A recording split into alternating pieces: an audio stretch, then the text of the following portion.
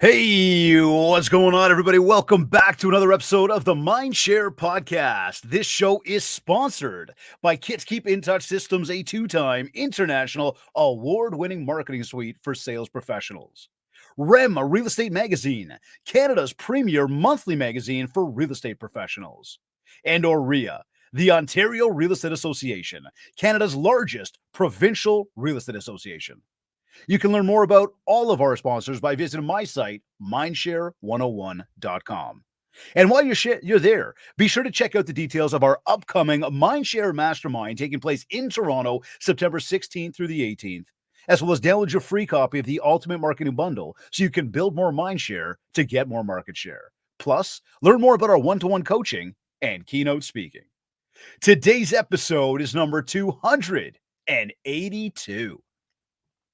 He is a multi-award-winning realtor and holds the position of director with EXIT Realty Specialists, covering St. John, New Brunswick, and Halifax, Nova Scotia. Having undergone training, coaching, and mentorship from some of the top real estate professionals in North America, he became a leader at the brokerage level in 2020 to pass on the knowledge, strategies, and insights he had gained through his learnings. He has received notable recognition from EXIT Realty Corp International, being honored as the 2021 Canadian Esprit de Corps Award recipient and earning the 2022 North American Trusted Advisor Award. Since 2016, he has been committed to serving his community and turning clients' dreams of home ownership into reality. Joining me on this episode of the MindShare Podcast is award-winning realtor Rob Dipiero. Rob, welcome to the MindShare Podcast. David, how are you, man? I'm doing well, man. How are you? Oh, I'm just pumped for this, actually. Pumped. Buddy, it's I'm excited to have you on, man. Listen, you and I have come across each other at events. We've followed each other onto different stages. We've both had the opportunity to hear, learn, listen from each other. And I've been following from afar, man, watching how you just continue to grow. And it is the coolest thing to watch because it's, again, you meet somebody a number of years ago, you get together and you just say, you might have a little bit of conversation. I know we've done some high fives and had a few chuckles together, but never had like full on lengthy conversations. But watching the growth from afar is very cool to see. So congratulations on it all, man. Thanks, man. Thank you so much. And it's a great time to break this out because at one of those conferences, for a couple of years, I've just been waiting for the right moment to bring it out. Man. I got that right there. So look at that. You make my cheeks all red now. You get me all excited. I've had the privilege of listening to you speak at a couple conferences as well and just go up and kill it and show people what you do. And likewise, it's just been awesome watching you grow and give back as well and do the things that you do. Well, buddy, listen, this is why we're here. That is one wicked hat. I really like that. So nice job with that. That was cool. If I wear it, I hear you, buddy. I hear you.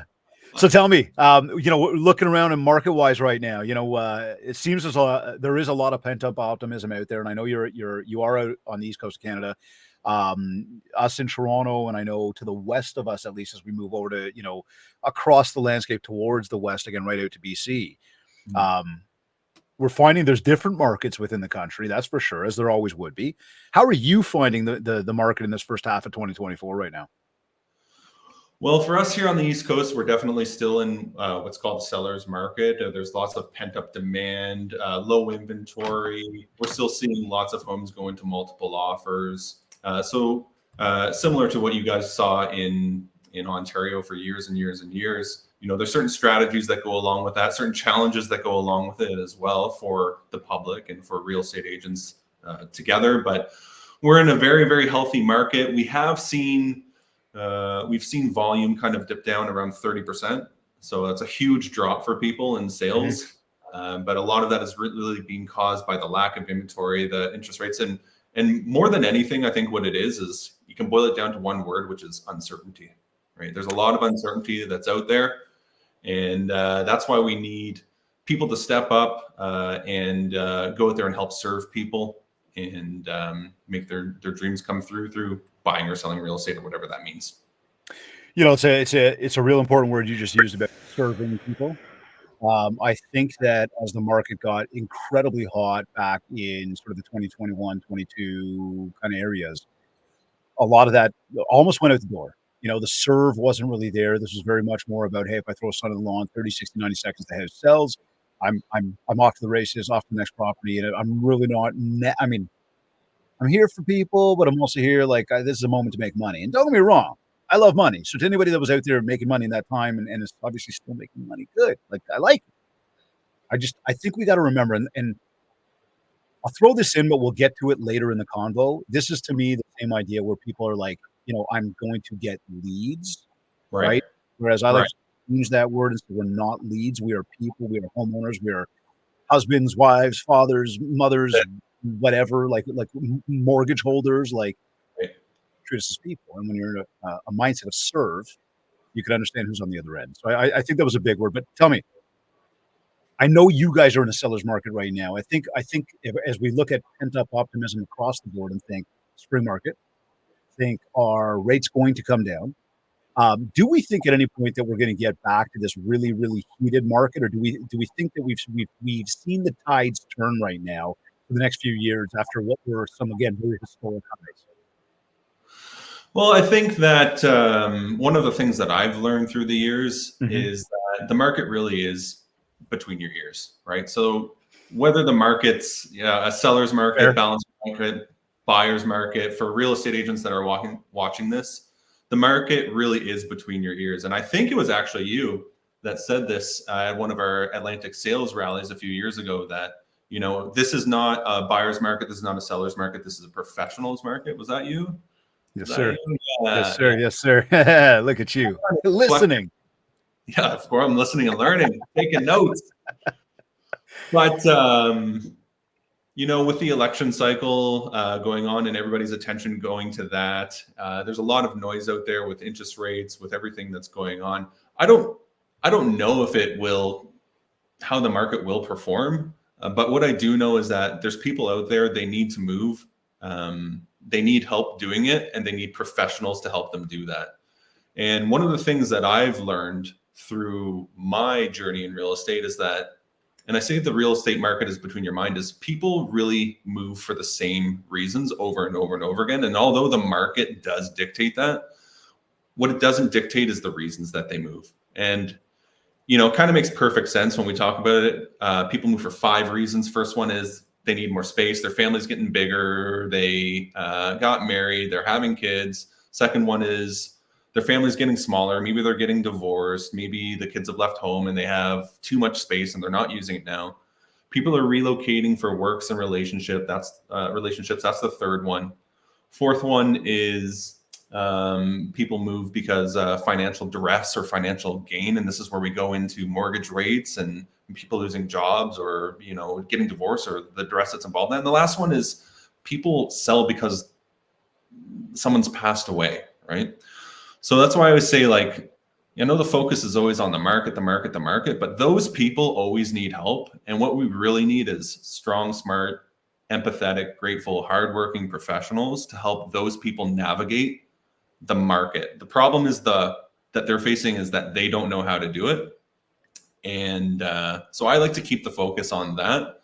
But I know that didn't really answer your question, but No, listen, it's understanding, again, the reason why people are going. When we talk about serving other people, we talk about, and look, we're talking to what are the, biggest challenges even that realtors are having. It is important to understand, what are we trying to do out there? What is our purpose? Who are we supposed to be serving? And in doing that, we will have a lot of really great people. And to some of the things you said, we got to understand who we're working for and what we're doing. Part of this I'm going to come back to, and we'll leave this part for another conversation. But is what is the the process of getting licensed in this business, right? And how easy is it to get into the business, and what kind of people are we bringing in? Now, let's jump beyond that, though. Beyond, let's say, how we get in, and say, okay, we are in. And a lot of the folks that are tuning in right now are going to be folks that are in the business. And as we said, we're gonna talk about some big challenges. We're gonna come up with some solutions. But that's what today is all about. So I guess I would flat out just say to you, what would you say are some of the biggest challenges that realtors are having right now? Well, I go back to that same word that I said before, which is uncertainty, right? There's a lot of noise out there. There's a lot of uncertainty out there. And there's not enough people talking about creating, your own path and your own success in this business. And that's what I love about what you do, is you talk about the planning and blueprints to move forward. But I think the challenges that I see all the time are, there's really four of them. The first one is, I know a bunch of people, but I don't know how to leverage that. I don't know how to connect with my database, right? Or grow my database. The second one is, I'm a small business now. I own a small business, and it's my job to market myself, and it's my job to make everything happen for myself. So how do I market myself? One of the problems that people have is that, as you kind of alluded to, of the high earning professions, if you think about doctors, lawyers, engineers, accountants, we are the least educated, least trained profession of those high earners. And for all of those professions, they have to go to school for 5, 10, or sometimes 12, 15 years. And we can get a real estate license in 6 months or a year and just be expected to understand, the sales process and effective communication and, marketing, let alone knowing, real estate itself and what's going on in the market and how to navigate forms and all of these things. So I think that's one of the key problems. And then the last one just really comes down to mindset and talking about the uncertainty and talking about all the noise out there. It's imperative to have a strong mindset. And it's also very, very important that people understand that mindset is something that you build just like any other muscle. It's not something that you're born with. And good, healthy habits create a good, healthy mindset. So I think that's, well said on that. I like that. Yeah. I like that. It's we don't realize how important the mindset is, and like you said, you got to train it. You always got to practice. Like, you got to practice regularly, Absolutely. right? Because just when you're there, call it the universe, call it the world, call it the energy, call it what you want. I've said it many times. I don't care what you call it. You just got to understand it. It will do what it can to bring you down. Absolutely. All right. So as we talk to some of these, what I want to do is now spend the next few minutes together going through a lot of what you just said there, and we're gonna unpack a bunch of that. Yeah. We talk about some of the keys. What is the key to staying focused day in and day out? What do you do? Like, what do you suggest others do? I mean, and I'm probably going down the road of sort of that goals, planning, accountability, that kind of stuff right now. Yeah. Well, some of the things that have worked for me, and these have all been passed down to me by other people, and that's why I love sharing them and talking about them, is starting the day with gratitude or ending the day with gratitude. I think it's so important. Grace is given to people who are grateful, right? And grace is when you get the things that you don't deserve. You were talking about the universe or whatever it is that you want to call it. Yep. Grace is only given to people who are grateful. So I think that gratitude is a practice. It's not something that's natural for most of us. So I'm really a big believer in getting your mindset right first thing in the morning and when you go to bed. And I have little things that I do there, but you hit it. Share, would you share, like you said, gratitude in the morning? Yeah. So, and I'll tell you, I'm big on that. That's something that I do right off the top. Sure. To me, gratitude is absolutely huge. Sure. I've done different things through the years, but right now what's working for me is just on my drive to work. I always think of things that I'm grateful for. So I'll think of 3 things. So I have to think of either 3 people or, I'm grateful for health, all the things that anybody could have, but I have, right? So, like the health of my children or, having a beautiful wife, like living where I live in a peaceful country where I have all of opportunity. It sounds kind of funny, but I mean, I don't deserve that more than anybody else's. That's something that's been given to me. So just taking time to acknowledge that. Prayer is requesting to the universe what it is that you want. And every time that we pray, you're essentially saying, I want this, right? So that's something that's really, really helped me. My life completely changed around in 2018 when I made the decision to start saying kind words to myself, right? So inner talk, I really believe in Interesting. talk, and choosing to say kind words. And sometimes that's very, very hard because, you know, the way that our brains are wired, and we're wired to stay safe and all of those things. But I made a choice then that completely changed my life. And if anybody gets anything out of this today, that's what I hope that they get out of it, is to make the decision to say kind words to themselves. But I think, you know, it sounds one. Sorry? It's just an interesting one. Like it's that self-talk, right? And I don't know if you listen to other podcasts, but there's a good one out there right now. I love Terry Crews. I don't know if you know who Terry Crews is. Potentially heard the name. Brooklyn Nine-Nine. He plays the big. Okay. He said something, and you know, you believe whatever you believe, but he said, why is it that when we speak the words that God speaks to us, it sounds narcissistic, and when we speak the words that the devil says about us, it sounds realistic? You know, and I was like, oh, that's a really good question. But is that a mindset thing right there? Oh, absolutely. Okay, absolutely. I think so. Making you know, look, we look at the top and bottom of the day in terms of, you know,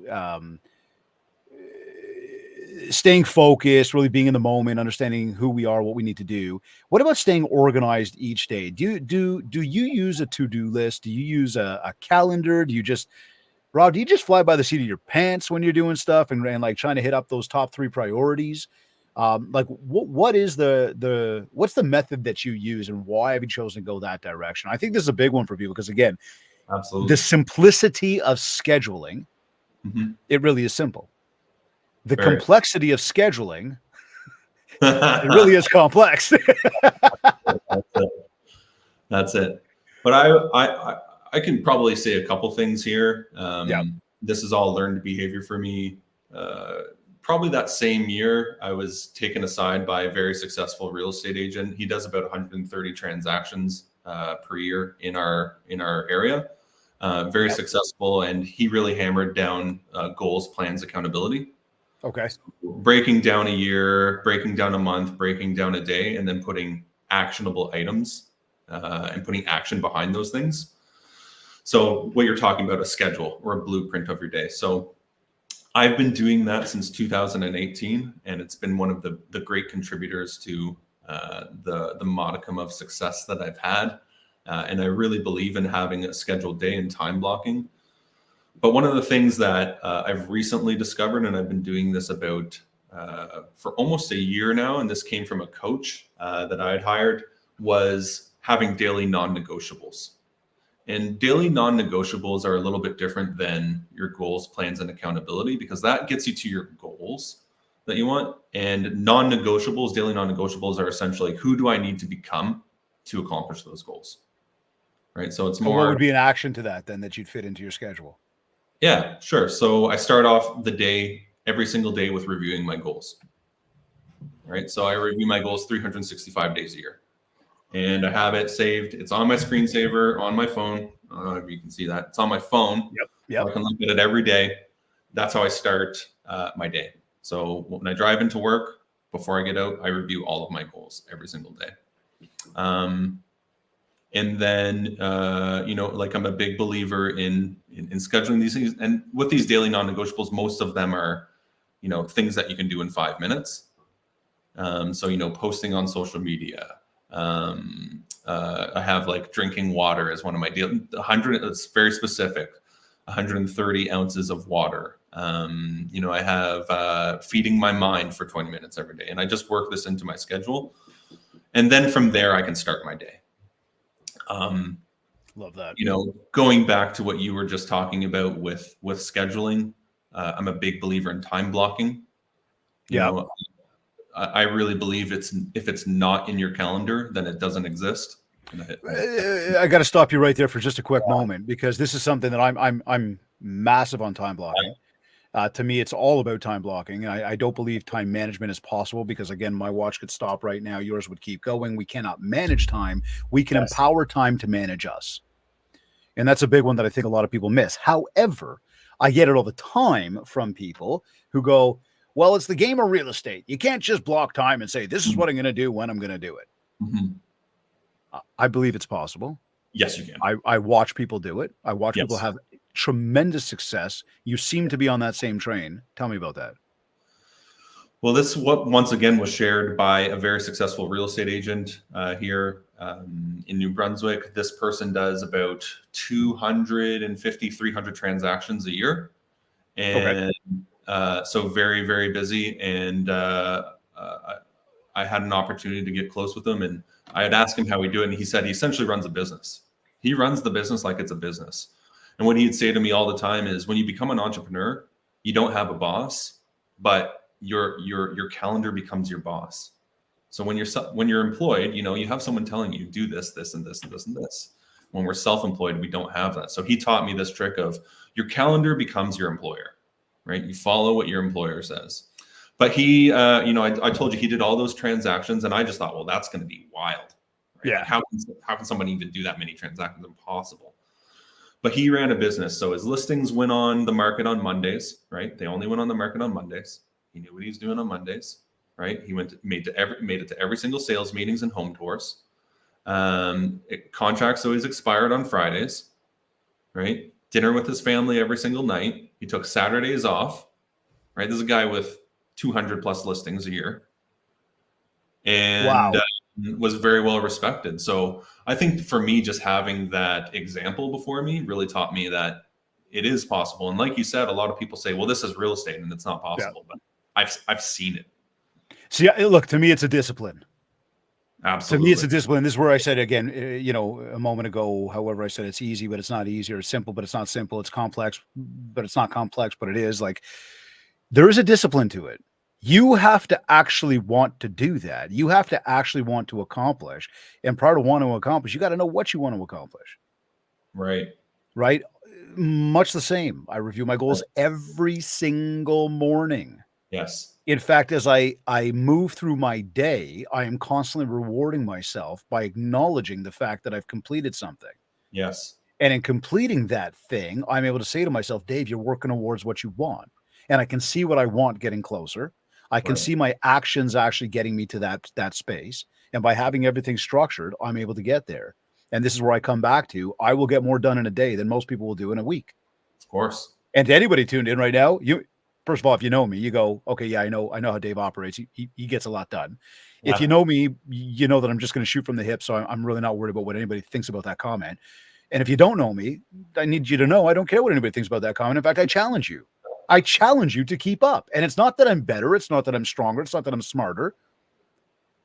It's that I, just like you and like some others that we're mentioning now as examples, have figured out how to implement the discipline. Yes. And therefore, we're able to accomplish more. It's great advice. And I believe it's the roadmap towards getting to where you want to get to when it comes to goals. And look, anybody tuned in right now, you may not even be a realtor and you're tuned into this right now. And thank you for tuning in. I want to be very clear. This is not something that is isolated to realtors or even salespeople. This is human beings. We've all got a lot to do. And again, I'm hoping I'm the one that coined the term. I really don't care if I am, though, but whatever. This distraction device of ours, right, which constantly is pulling at us.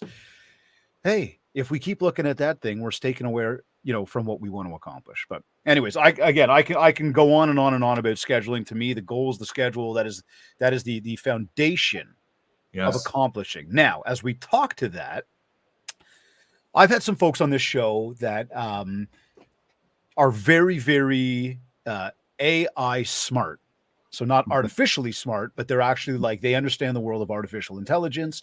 Right. They understand this thing when we coin this term AI, but I will also say, and look, they've taught us a lot. They've opened my eyes to a lot of things. Remember one guy said to me, he compared it to using the wheel. He goes, imagine when the wheel was first invented, had you turned around and said, no, I'm not using the wheel, where would you be today? And I went, oh, okay, fine. I'm listening. Talk to me about this AI thing. Right. But Rob, in saying that, I'll tell you, I've also had somebody on the show, I remember, who said something about scheduling. You can implement AI. Oh, okay. Now I'm using that as a segue for a moment because I wrote down, what is the app? What can I use? How do I do it? But then I started thinking it through. I'm like, that's something I got to do. I know what I want to do and when I want to do it. I don't want a bot to tell me. But anyways, look, segue here. with all the bright, shiny objects that are out there, and for those of us in the real estate industry, there's a bright, shiny object come down the street here comes another one. Right now we're into the AI train. Mhm. What are your thoughts on AI? I know you're a supporter. I'm pretty confident I know you're a supporter. What suggestions would you have for how realtors can be implementing it to help run their business more efficiently? This could come to social, it could come to video, Mhm. it could come to scheduling. Talk to us about AI for a minute here.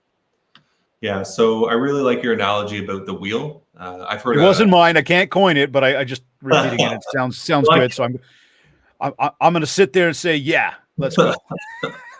Well, I can't coin this analogy either, but I heard a very similar analogy, which is it's similar to a tractor, right? So the tractor was invented in the late like 1896. The tractor was invented, Okay. and previously before this, people had done all their harvesting and planting by hand, right? So they planted by hand, right?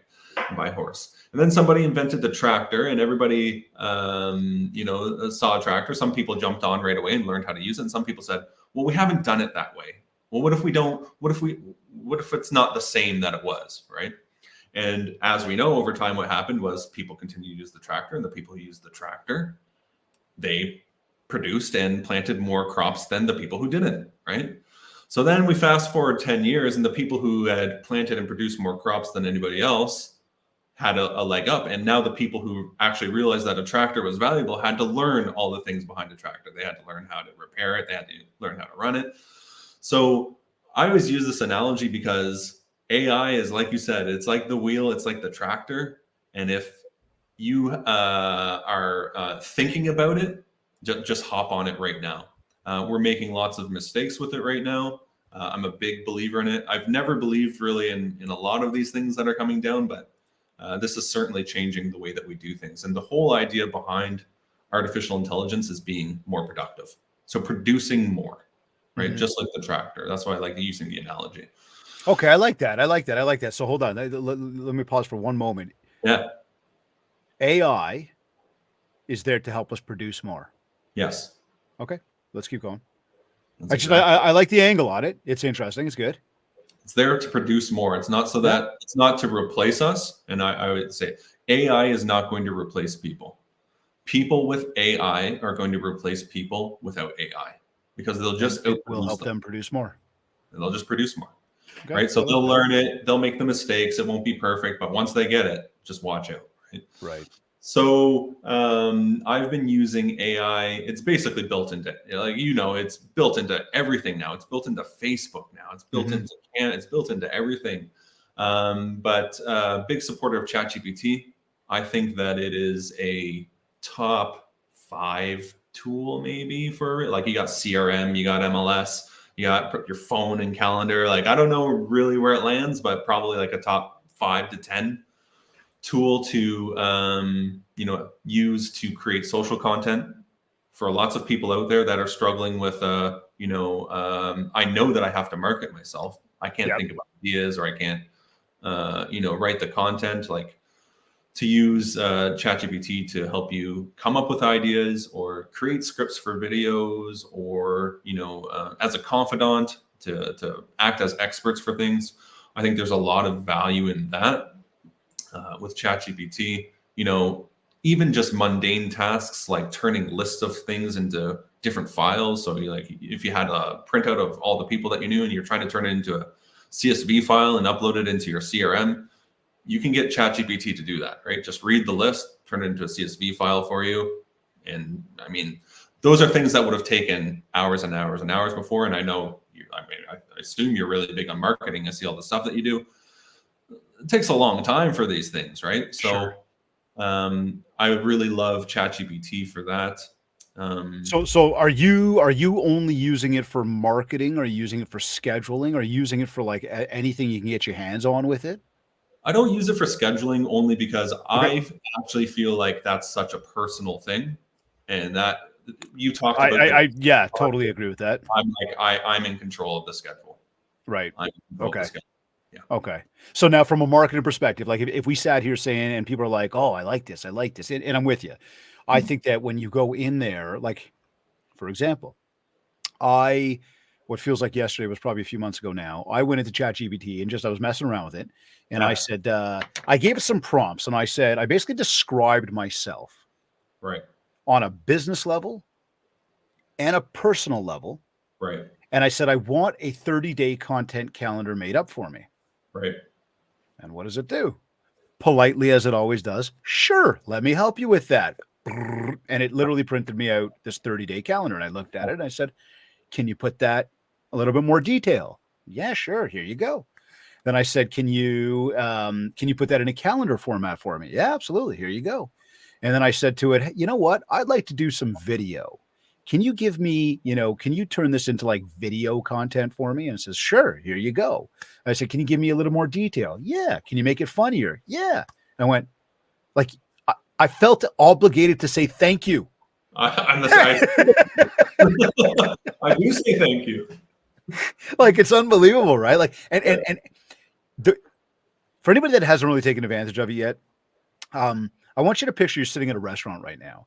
And you sit down and the server comes up and would you like something to drink, and you order something to drink, and you order water. They bring you water, and then they come back, they go, can we get you like a beverage from the bar? You're like, yeah, sure, please. And they go get you a beverage from the bar. Then they come back and they take your order, and you order. They've been to your table 3 times. Now they come back for the 4th time with the food. They go, can I get you anything else? You're like, yeah, can I get some ketchup, please? They're like, no problem. They go get you ketchup.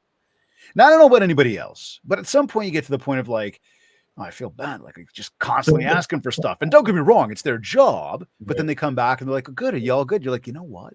Can I get some more napkins?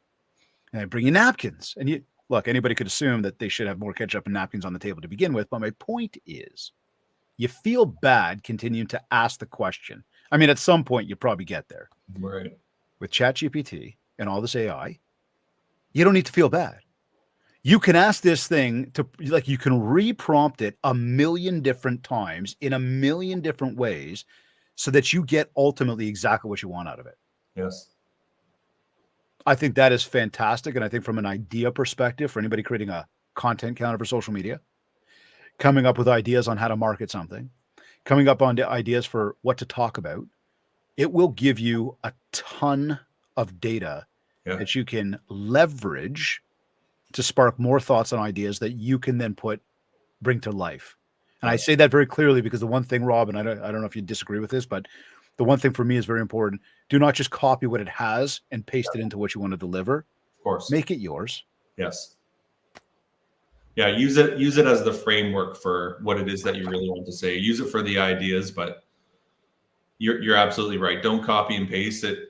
I think one of the concerns that a lot of people have with AI, and it's a very valid concern, is losing authenticity. Right.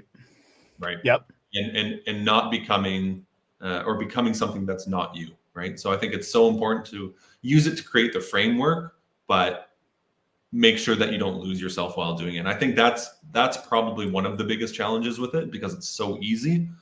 But yeah, I completely agree with you on that. Are you, I mean, we mentioned ChatGPT. Is there anything else specifically that you use, that you implement into your world that is a real game changer for you? Absolutely. I'm using something called Opus Clip right now. Do you know Opus Clip? Nope. What's that one for? Opus Clip is a game changer. Ooh. So Opus Clip is artificial intelligence video editing. So it's a subscription-based website, right? So you can film your pillar content, much like we're doing right now. Yeah. And as you know, when you have this big, you're doing a podcast or a keynote or an interview with maybe a real estate agent, you're doing an interview with a home inspector or a mortgage broker. I do those things once in a while. You have those. Yeah, exactly. Yeah. You have that long version of content, right? And there's a lot of time that's spent on editing that, right? Adding captions, bookmarking things, all of those things. So what Opus Clip does is it's a place for you to upload that long content into, and it will instantly chop it down into reels for you, right? Add your branding, add captions. It will rate them out of 1 of 100 on how likely it is to go viral. It will transcribe it for you, and within a matter of minutes. Wow. 12 minutes after. Now, it's not perfect. It's AI, right? But it gives you something to work with. But what it really does is it cuts out the guts of all of that editing time.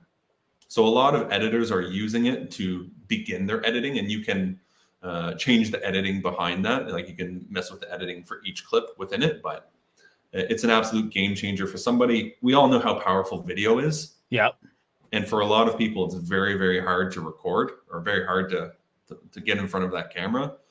So for those people that are just having natural conversations that want to record themselves with the mortgage brokers, with the home inspectors, with the insurers, with the other industry professionals, if you can record yourself an hour of doing that, I don't know, whatever it is, and just talking or giving advice, throw it into Opus clips, it'll spit out, 15, 20, 30 reels for you. So okay, so we want to get everybody to check that thing out, but let me go bigger, broader for a moment. Forgive me, because that's a very interesting stuff, and I don't know if anybody here.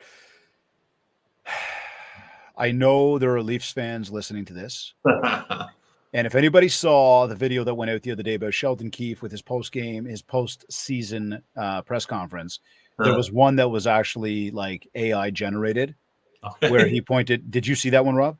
I didn't see that one. No. Oh, dude, I thought maybe this was the app that was used for, but like, he literally said everything you would think he was thinking, and everything that every fan was thinking. It was what he said, which he didn't actually say. Right. But it was, anyways, it was fantastic. But bigger question here, and maybe overly more specific, might be when we talk about the apps and we talk about the AI and the integration.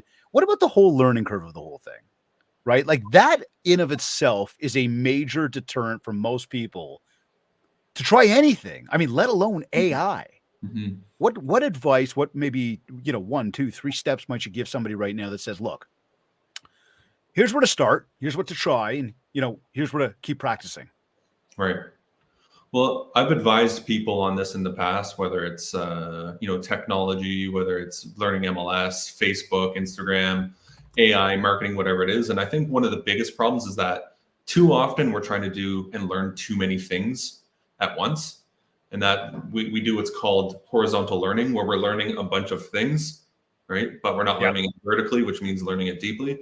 So I think choose one thing. So whether it's ChatGPT or whether it's Opus Clip, whatever it is that we were just talking about, to choose that and spend dedicated time on bringing yourself to, like, if you could rate yourself on it, David, start by rating yourself out of 10.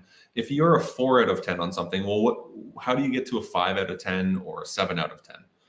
And I think it's just what we go back to scheduling. Let's be honest. If it's not in your calendar, then you're not going to do it. Love that. Is putting in your calendar when you're going to learn these over and over and over again. But I think it's something I see all the time, trying to learn too many things not well enough. But I think that there's a lot of value in learning one thing very thoroughly. It's funny. I guess I should have I stepped right into that, but it's like, I think about the teams that I coach, and I'm talking like right down to sports. Right. I'm always trying to get extra practice time. Everybody wants to win, and at the end of the season, they all come and say, "Hey, we want to win." And at the start of the season, we want to win. Yet you come to practice time, and they go, I got this thing I got to do. I got to go here. I got to go there. Oh, but that's more important. And I get it. People have busy lives, and there's lots going on. But you had a goal. You wanted to win, and the way we get there is by putting in the practice. Now, I having fun with my sports teams, but I'd say anything in life, it's the same MO. Absolutely. You got to put in the practice. I love, sorry to interrupt you, but I love about sports. Like, my daughter's getting into sports now, and I played sports growing up, but I love that about sports, because what sports really teaches us is that if you want to be good at something, you have to work for it. And you can be good at anything. You can be good at anything if you work for it. But if you want to be the best, you got to work more than anyone else. Where, from a business successes perspective, where does most of your business come from? People you know or people you don't know? Oh, people I know for sure. Okay. I really started, I've gone business 3 different ways. And I transitioned. I started off kind of going everywhere, which is what everybody does. I know, trying a whole bunch of different things. I was a door knocker starting out. I did door knocking for the first 2.5 years. It was one of the best things that I ever learned. Was asking questions and connecting with people. I did internet leads for 2 years, but the past few years, it's 80% sphere, 80% database, looking after people in the database and referrals and growing from there. So would you say that forgive me, 80% of the time is spent working your list each day? Oh, absolutely. Yeah. Okay. Time in the list every day. One of my non-negotiables is 5 people every day. Love it. So nice and simple, right?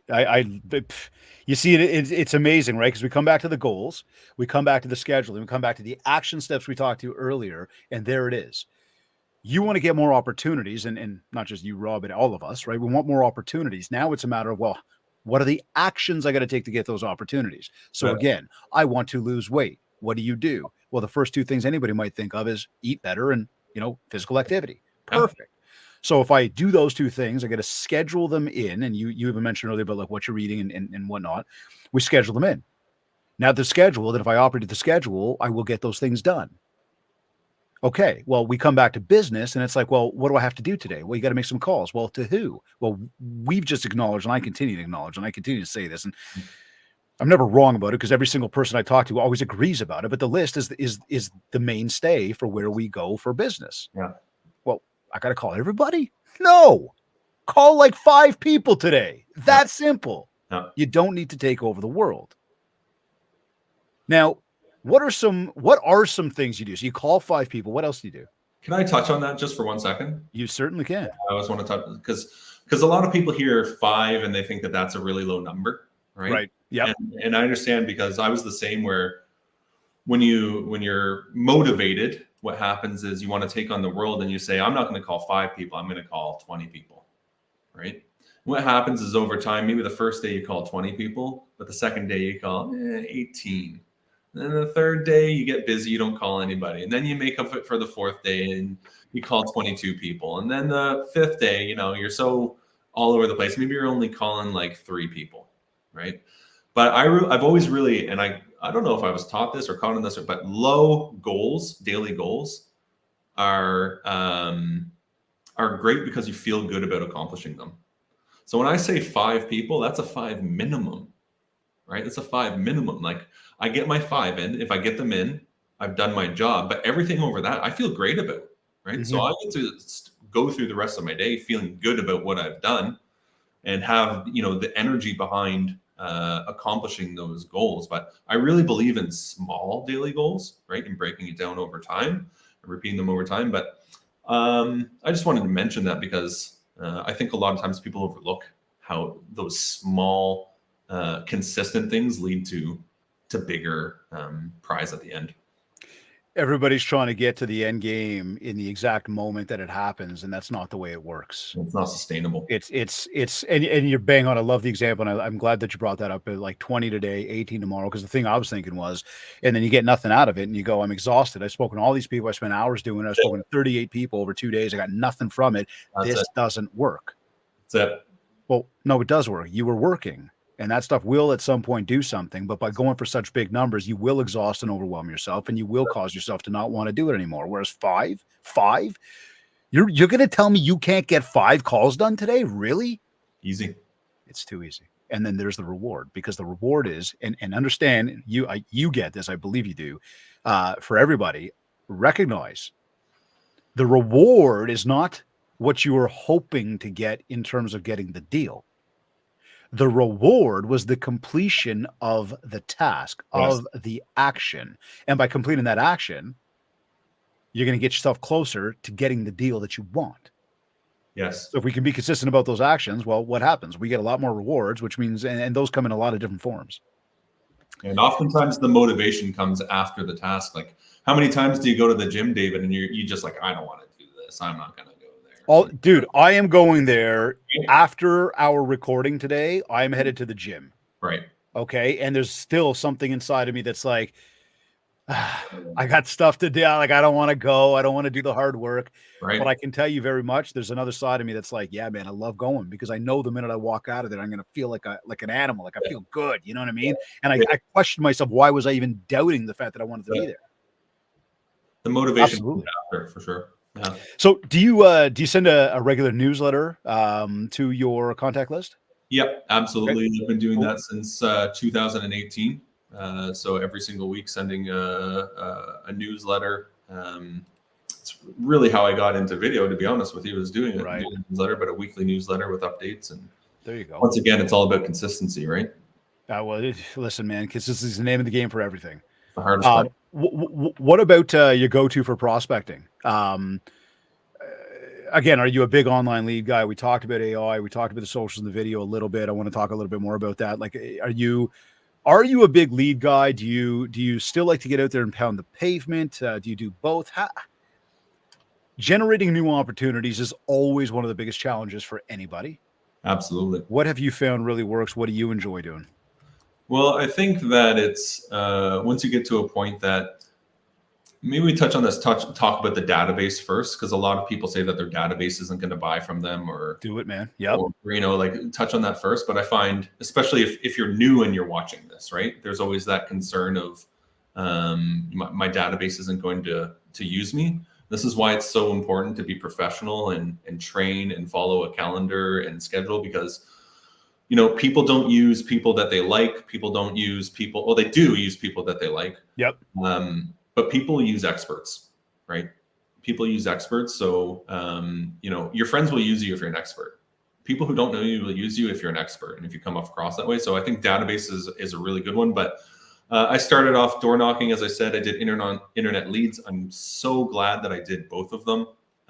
They completely, blew up my database. I think I did 1,400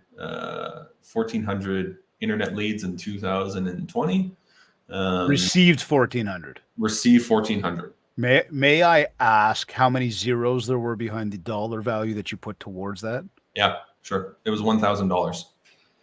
Okay. Yeah. $1,000 generated you 1,400 internet leads? Yeah. Through Facebook. Okay. May I ask how many of those people picked up the phone when you called them? 10%. So I actually documented all of that. And I kind of imagine you would. Hence why I'm asking the question, but it's good. It's good insight. It's good data. So 10% of that. So you had about 140 conversations. That's it. And what kind of, how many conversations did you have to have with each of those people? Because it obviously didn't come through on the first one. Well, and we were kind of talking about this earlier, and this is why I'm so grateful that I did this and went door knocking, is because what I learned was that, it's not always what you say, it's how you say it, right? And we talked about scripting a little bit before this call. Yep. And what I learned was that there is skill behind a conversation. And what calling all of these people did was it helped me gain this skill of having a conversation with somebody that I'd never met before. So I'd say early on, I would have to call people over and over and over again. And I'd have, like, if I didn't call them I'd have to call them 3 times before I gave up on them.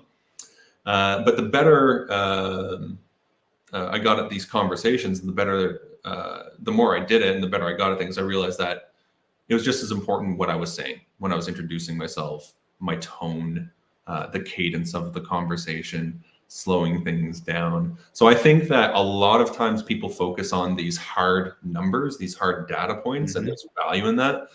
But I always encourage people, there's a lot of value in building skills, and language and sales process is absolutely a skill that real estate agents need. It's not talked about enough. So I know that didn't really answer your question. I'm trying not to not answer all of your questions, but that's no. Listen, it's good conversations, great insight. Because again, a lot of this stuff, they're not black and white questions. Yeah. Right. There's definitely a lot of depth, and in some of it, we're staying surface level in the essence of getting a bunch of content through on the show to spark thoughts and ideas for people. The reality here, Rob, you and I both know much of the topics so far that we've discussed today could be one question turned into an entire show. Oh, absolutely. Right. And that's the thing that I also just want to clarify for everybody is, it's nice to get into the nitty gritty. Again, this is why we have training courses. This is why we do coaching. This is why we offer up so much of the additional content that's offered. Yes. To really help people roll up the sleeves. Yeah, absolutely. Now you mentioned about the leads, and Again, looking at that from online lead generation, looking at that as door knocking lead generation, because again, they're both lead generation. Doesn't have to be online to be a lead. And I don't like the term leads, by the way. I really don't. I think that we are people, and that's an important note there. But when again we look at that, you talked about the CRM, and what I understood there was everybody goes into your CRM. Yes. Love that. So, what are the top 3 things that you suggest every realtor's doing to take advantage of their CRM? Well, the first one, it's a great question, by the way. The very first thing is why, thank you. Why, thank you. First one that comes to mind, this is right off my head, is to work in it every single day. So we go once again back to scheduling. Yeah, cool. You know, if you have a CRM, you should be working it every single day, or at least 5 days a week.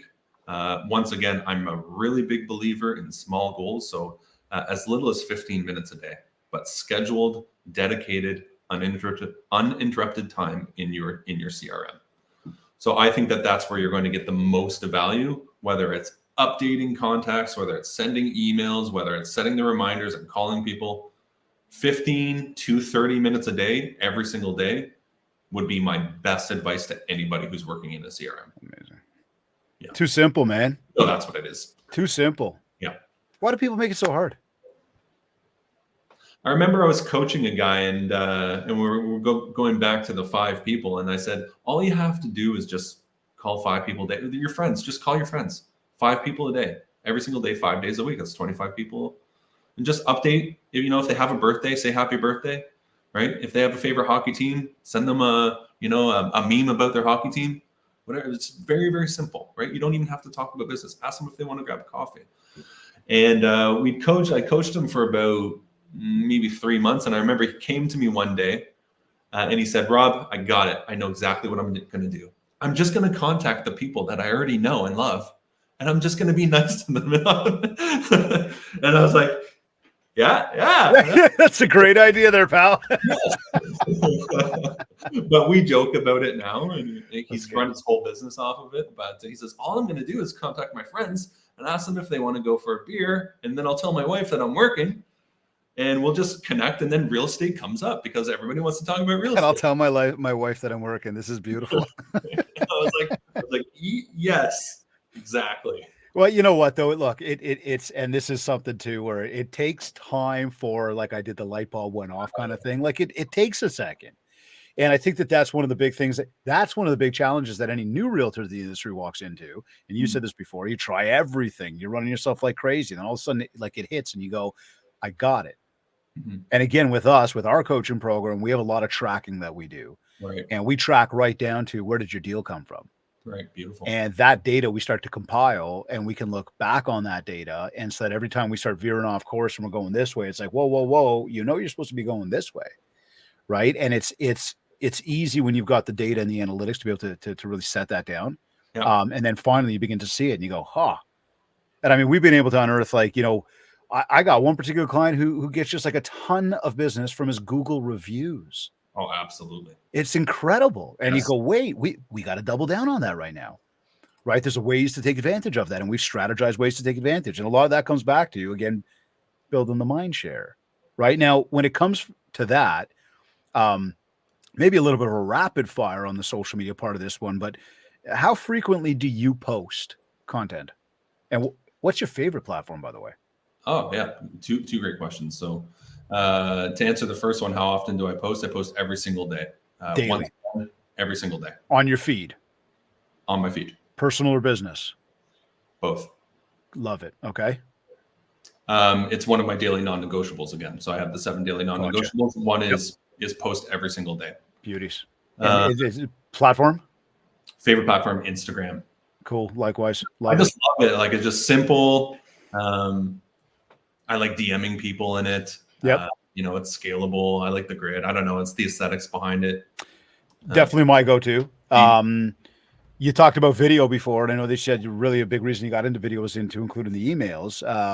What would your message be to anybody who, and we're talking, it's 2024. Mm-hmm. If the pandemic didn't force us into it and technology didn't say we've made it so easy for you to do it. Again, should anybody still be shying away from video, or alternatively, like, why does everybody need to embrace video no matter what? Yeah. I just did a presentation on video this morning. Oh yeah.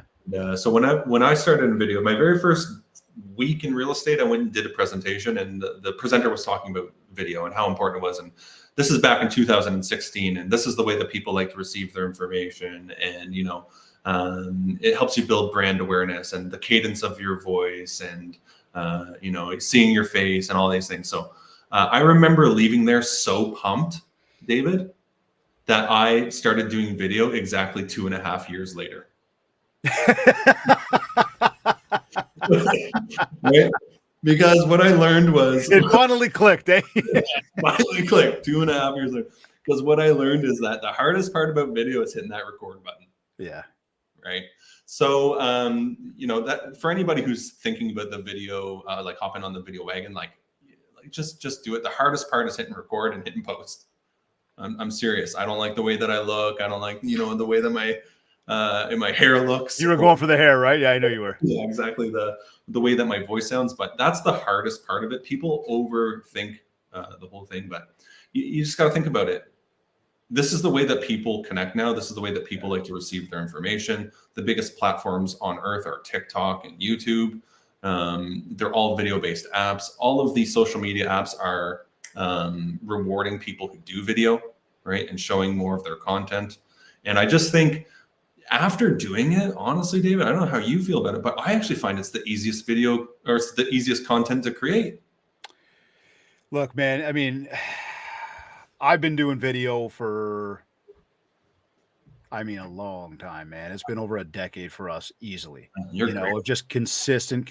And thank you for that. It's but again, I don't look at being any better than anybody else. I look at trying to be better than, what I was yesterday. And I will say, let me be very clear on that for everybody. When I say better, there's a few things going on here, and I'm going to shoot from the cuff, but for a moment. But one, I'm reviewing what I did yesterday. I'm actually doing the hard part of looking back at it and going, what did I like? What did I not like? Mm-hmm. Two, I'm approaching it with a I don't care attitude. Mm-hmm. Now, please don't anybody misconstrue what I just said. What I mean, I don't care what kind of comments I get. I don't care what kind of feedback I get. I don't care if I've got a beard and every once in a while I see one of these little hairs that's shooting out to like one side. You're like, I missed that, but we've already posted it. So I'm not going to sit there and delete it. Yeah. Right. The thing about it is, one, we get better every single time we do it. Two, you're going to learn something every time you do it.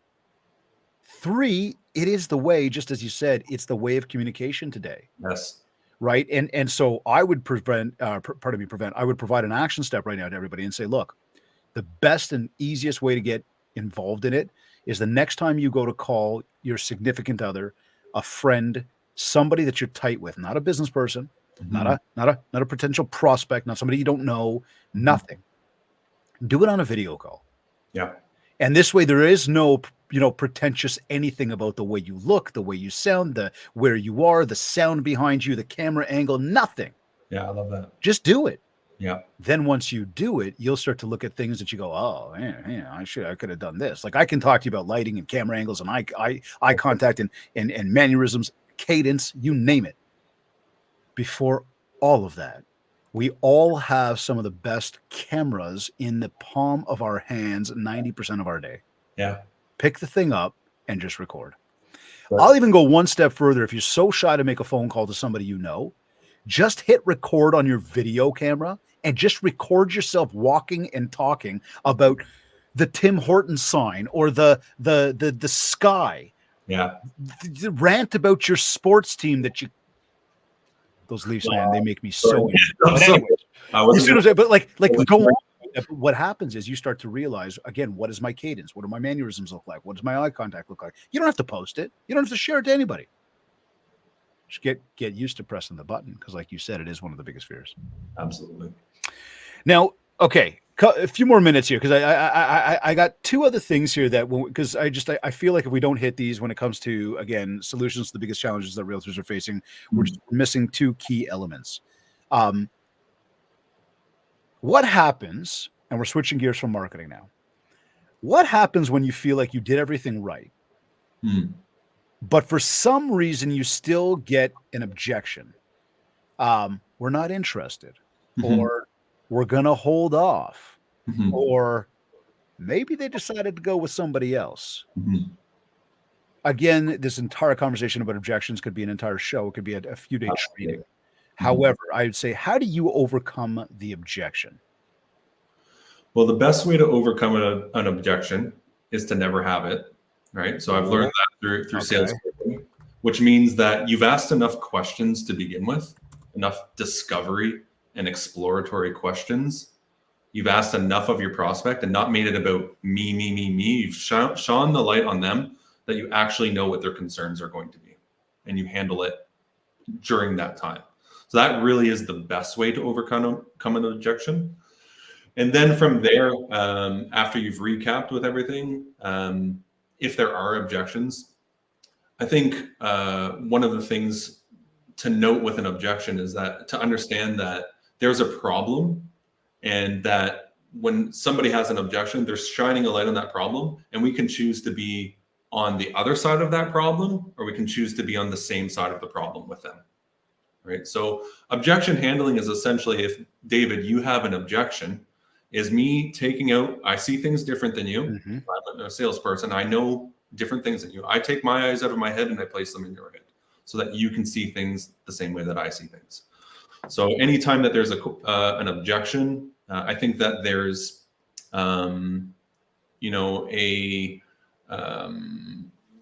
people may feel hurt behind it, or people may feel like, well, that's not really valid. But the very first thing I tell anybody who's coming against objections is to validate the objection. So if you had an objection and I just really don't know if this is the right time for us, I'll go on the same side of the problem with you, and I'd say, completely understand. A lot of people say that. The truth is, a lot of people say that. And then you go into more exploratory questioning, right? So how does that make you feel? Help me understand that. If you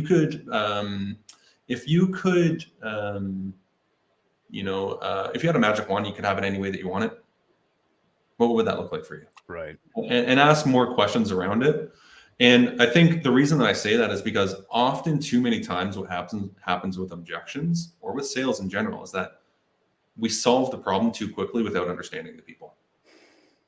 And, it takes an extra 15 seconds to ask a question and understand what's behind the problem that you're actually solving.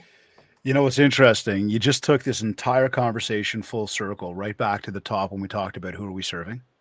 Absolutely. Right? Because now you look and say, if I put myself in your shoes as you say that, I can now more clearly see what's actually going on, as opposed to not necessarily listening, only hearing, and then serving up, well, here's what the solution should be, which is not necessarily serving the person who's got the objection and what their actual issues are. And so, as you're saying, a lot of exploratory questions, we're probing, we're asking open-ended questions, we're digging deeper. Yes. And the deeper we dig, the more we're going to learn. Yes. And then love that approach. Then you solve the problem. Yeah, love that approach, man. So with all that said, as we look at we look at the market, we look at the economy, we look at how much taxes were being taxed on in this country. I mean, we look at so many things going on out there. There's always going to be challenges. And I know that off the top again today, as we again full circle here, we talked about mindset and gratitude. Keeping a positive mindset, so important. How, and maybe we've answered this already, but I guess it's that idea around keeping a positive mindset, ready to problem solve versus somebody who's ready to give up. Again, the calls didn't work. The conversation, they had an objection they didn't want to buy. Anything that goes out there, I guess. How do you, Rob, develop and build your belief system?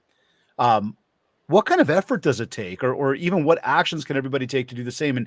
And maybe I'll just come back and say, did we already kind of go through that off the top when we talked about, gratitude and scheduling and goals? It is a daily practice.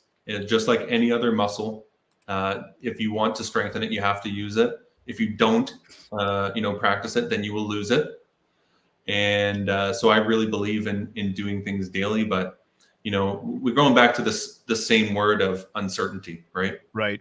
Of not knowing what's going to happen, right? And that's what's causing all the distractions behind. You mentioned the mortgage rates and the The federal government. Sorry. I mean, everything that's going on. And so I really believe that real estate, you don't try real estate, it tries you, right? It's a gut check. This is a gut check that you're in. You have to think long term. You have to think, people that do well think in decades, right? They don't think in days, they think in decades. So having that long, and it's hard to do when, you got, someone biting at your feet. But I just think that one of the things that I've learned is that the best way to predict the future is to create it, to take control of your day, to take control of what you actually do, and go out there and just own it. Love that, man. So let's do that for a second. Then it's the it's the end of your day. You've done it all. You've done, you pretty much operated the plan. And of course there were little, bumps that came up because that's c'est la vie. How do you know, when you get to the end of your day, how do you know it's been a successful day for you? It's a great question. And it's a question that I have with other people all the time as well. And I think for me, what it goes back to is if you don't have goals, then you don't know if it was a good day or not. And if you're a real estate agent and you only have good days when you close properties and get paid, then are you only going to have, like 30 good days a year? So I think it's defining what a good day is with your goals. So whether that's your 5 phone calls or your 1 social media post. And if you can define that, you can define what a good day actually is. So that's one thing that I've developed over the past couple of years is defining my goals. And I'm the one who is in control of all of that. So by that, thinking, I'm in complete control of whether it was a good day or not. I like that answer. Yeah. Different than many. Yeah. Still did not resolve back to money. No. In fact, did the exact opposite in terms of like the way you sort of express that. So I really like that. It's a question we ask at the end of each show. And it's interesting to see what people's answers are. Nobody ever comes up with money. They always talk about helping others. I also really, really like the spin there on the goals and recognizing, well, what does it look like? And I would say I'm very much the same. My day needs to be complete and grayed out by the end of the day in order for me to know that I accomplished all the things that I set out to do today, to remind myself that I built my MindShare today. And by building MindShare, everybody's got to understand it really does mean what we're coming back to. Rob, you've said daily non-negotiables, right? We've talked about making the calls and doing the social and the interactions with others. That to me is what's building MindShare. Absolutely. So give us some final words of wisdom that you could share everybody out there. One of obviously what we talked about today around solutions, the biggest challenge that most realtors are facing. But I guess how can everybody get out there, build more MindShares to get more market share? That's a really important question. And I think the way that I like to end, or the last piece of advice I like to end is oftentimes we don't invest in ourselves. Real estate and the best people are focused on professional and personal development all of the time. I'm a big believer in coaching and getting and hiring coaches. I know it's hard for a lot of people to spend the money or to spend the time, but coaches are there to get the most and the best out of you. Everything that I've learned has been through some sort of coaching. I switch up my coaches. I shouldn't say all the time, but based off of what I need. And, if you want to get the most and the best out of yourself, you need to be partnered with somebody who's done it before. And I think that there's such opportunity in that. Very amazing, my man. Rob, this has been fantastic, bud. I think that we've again covered a lot of topics today that have really talked to a lot of the, the challenges that people have. We've presented some solutions for people. I think that everybody tuned in. This is probably one of those episodes you want to go back and listen to a second time, and know that it's not a shameless plug. I mean, maybe a little bit, but I mean, seriously speaking, there's a lot to unpack, right? And then there's going to be a lot where you look and say, okay, I'm having that challenge. What was said, what was presented as a solution, and then taking what was presented and going, how can I dive deeper? And I would say to anybody that is out here, of course, reach out to us. Go to mindshareone1.com, check out the website, reach out to me on Instagram, ask questions, learn, feed your brain on it, reach out if you got more questions about anything that you picked up today. In fact, Rob, where can people get a hold of you? Best way is Instagram. Like I said, I love Instagram. You can reach me at Rob Dipiero, right on Instagram. All socials, Rob Dipiero. Cool. Would love to hear from people. Awesome. Rob, absolutely fantastic, man. Thank you for joining us on the MindShare podcast today and help us build a whole bunch of MindShare, buddy. Thanks, man. We will see you shortly, man. Appreciate it. You are either listening to this on one of your favorite podcast platforms, or maybe you went to my website, mindshare101.com. And while you're there, by the way, be sure to check out the details of our upcoming MindShare Mastermind taking place in Toronto, September 16th through the 18th. It is a live in-person event. It is a small group, maximum 35 people. It is meant for everybody to be seen, to be heard. There are no PowerPoints. There are no whiteboards. This is going to be roll up the sleeves, problem solving, as some of what we did today. We're going to have some very, very special friends of mine in that room as well. So trust me when I tell you, there's a room that you're going to want to be in. You're going to be seen. You're going to be heard. And we're going to solve your problems. We're going to help you walk out of there on fire. And I mean that in a good way, where you're going to just want to take on 2024, the end of it. You're going to want to take on 2025. It's going to be absolutely fantastic. So again, check out the details of the MindShare Mastermind. We do have a promo code for everybody right now. You can use the promo code EARLYBIRD. So again, go to mindshare101.com, find the information for the mastermind or /mastermind. Use that promo code, take advantage. It's available for, I think, only like one more week right now. So this is your time. Of course, while you're at the website as well, check out the Ultimate Marketing Bundle so you can build more mindshare to get more market share. Anyhow, for all inquiries, just get in touch with us and do that at any time. Don't forget, please leave a review of the podcast at www.ratethispodcast.com /mindshare101. Again, when you go to that link, ratethispodcast.com /mindshare101, you can go directly to iTunes, to Spotify, to any one of your favorite platforms. We ask, nice 5 stars.